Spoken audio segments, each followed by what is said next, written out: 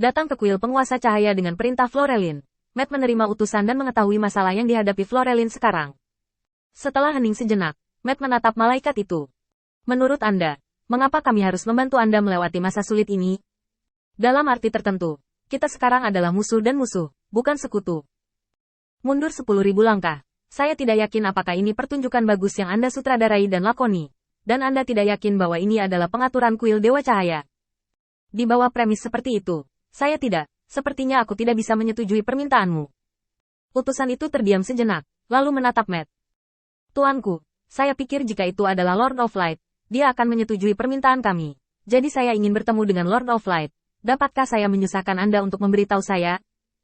Meskipun utusan itu tidak menyelesaikan misi Floraline, dia sangat yakin bahwa selama dia melihat penguasa cahaya, dia akan dapat menerima dukungan.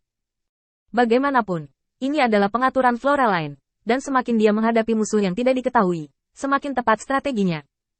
Meskipun saya tidak bisa mengatakan betapa briliannya, setidaknya dalam hal bala bantuan, itu selalu menjadi sebuah kata.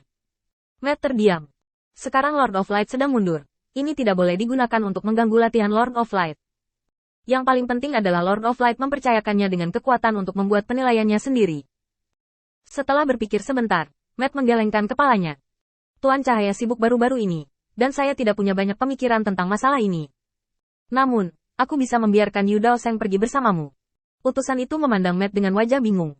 Siapa Yu Daoseng ini? Bisakah dia mewakili Lord of Light? Matt tertawa dan menggelengkan kepalanya. Yu Daoseng, pahlawan yang memenangkan hadiah pertama untuk kuil Guangzhou saya di kompetisi terakhir, memiliki rekor yang cukup di kuil Guangzhou saya. Kekuatannya ada di tingkat tengah ksatria, tetapi dia telah bertarung melawan lawan tingkat puncak dari ksatria. Jika dia tidak bisa menyelesaikan masalah ini, aku akan mengirim seseorang untuk memberitahu Tuan Cahaya. Karena tujuan kali ini tidak jelas bagimu, selain Yu Daoseng, tim yang terdiri dari 100 orang akan diatur untuk mengikuti. Apakah kamu tidak keberatan? Utusan ilahi ragu-ragu. Tetapi bagaimanapun juga, dia tidak bersikeras pada ide aslinya. Bagaimanapun, status Lord of Light di Mahkamah Agung tidak rendah. Bahkan jika ditempatkan di antara lawan, hanya mengandalkan kuil Lord of Light untuk menempati Changlan Starfield kecil. Itu akan memaksa Mahkamah Agung untuk mengambil tindakan beberapa kali. Ini bukan lagi perlakuan normal dari kekuatan yang sama. Ini adalah versi yang disempurnakan.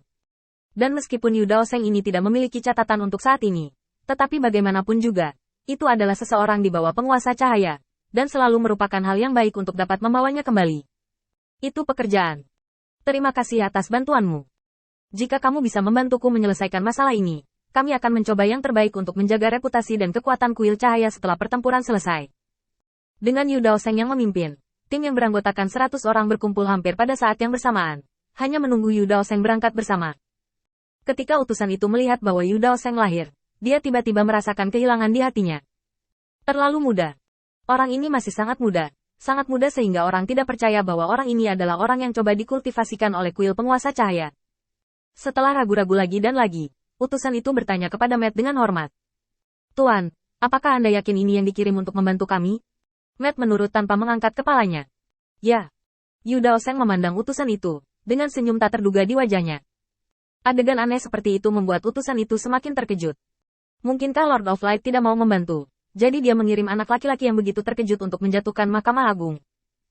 Tetapi tidak peduli bagaimana Anda memikirkannya, kehilangan Mahkamah Agung di sini tidak mungkin terlalu besar, paling banyak lebih dari 1.000 orang.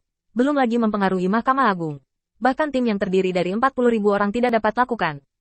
Jelas itu tidak bisa menjadi minat dan tujuan yang kecil.